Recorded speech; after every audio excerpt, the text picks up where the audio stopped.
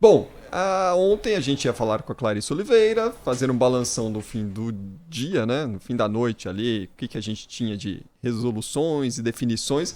Claro que não deu, né? O negócio terminou lá no começo da madrugada, então a Clarissa vem hoje aqui para bater um papo, fazer um Opa! balanção conosco. Clarissa, Acho que já tá por aí, hein? Já tá aqui. Seja bem-vinda aqui conosco aos Bastidores do Poder. Bom começo de semana para você, tudo bem? Oi, Clarissa. Oi, pessoal, tudo bem? Olha, o Cris tentou me fazer trabalhar ontem à noite, 11 horas da noite, mas eu consegui escapar. Ele deu um jeito ali, aí sabe como é, o destino contribuiu comigo. Assim, eu sou uma pessoa com muita sorte, sabe, gente? Eu toda vez assim, eu acho que eu torço, acontece. Então assim, eu falei, ai, não quero dormir tão tarde, quero começar meu dia bem cedo e aí o destino fez isso, deixou o Cris trabalhando sozinho ali.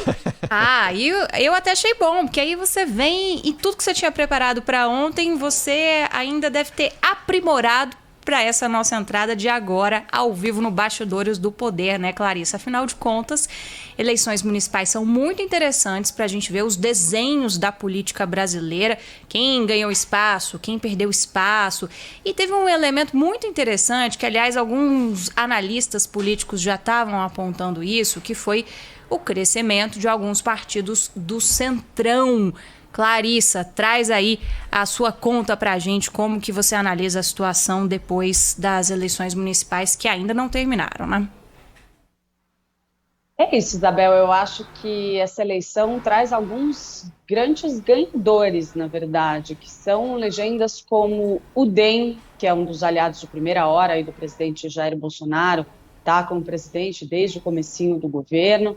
Também o PP, que é um dos partidos que mais representa aquele centrão raiz, como a gente chama de vez em quando, que é aquele grupo centro-direita ali, bem fisiológico, que está sempre operando em torno de quem está no poder, e também o PSD, que prefere não ser tão associado diretamente ao centrão, mas a gente sabe que caminha também ao centro, tem um comportamento ali que muitas vezes se assemelha ao desses partidos políticos.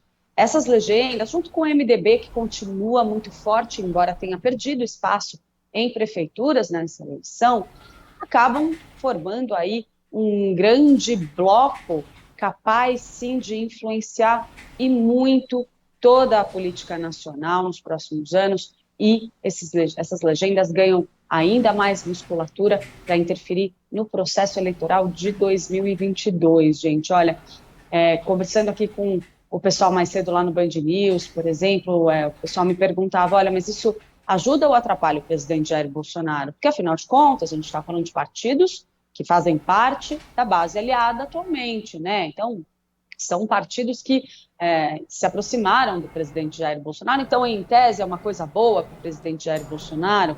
Na minha visão, não. Por quê? Se o presidente Jair Bolsonaro já era dependente desses partidos para conseguir fazer avançar minimamente uma agenda legislativa, uma agenda de governo no Congresso Nacional, agora o presidente se torna ainda mais dependente desse grupo. Para quê? Para se viabilizar para uma tentativa de reeleição em 2022. A situação agora é a seguinte: esses partidos estão mais fortes no que diz respeito a entregar, colocar sobre a mesa de negociações o quê? Uma capilaridade eleitoral, ou seja, um acesso direto ao eleitorado nas cidades. Isso tem, sim, muita importância do ponto de vista eleitoral.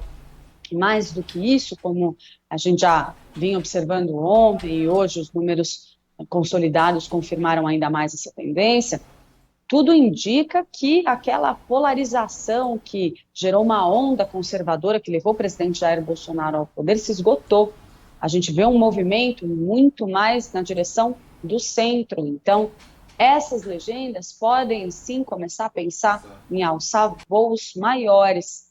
Não é muito da tradição desses partidos pensar em candidatura própria. Eles sempre orbitaram, muitas vezes orbitaram em volta de outros partidos políticos, só que eles começam a ter um tamanho e que pode sim evoluir nessa direção. Ou simplesmente eles podem buscar uma alternativa que não seja ao extremo, que não seja mais à direita, como é o presidente Jair Bolsonaro. Busquei uma opção mais ao centro. E aí a gente lembra o quê? Aquele movimento, né? A gente viu o ex-ministro Sérgio Moro e Luciano Huck se reunirem recentemente, falarem numa aproximação com Luiz Henrique Mandetta, que é do DEM, aliás, um dos partidos que ganham muita força agora. Então, na minha avaliação, esse novo cenário, embora ele seja muito particular da eleição municipal, que é uma eleição mais focada na realidade das pessoas no dia a dia, ainda assim, esse cenário, sim, torna o presidente Jair Bolsonaro ainda mais dependente desses partidos políticos, ainda mais refém dessas forças.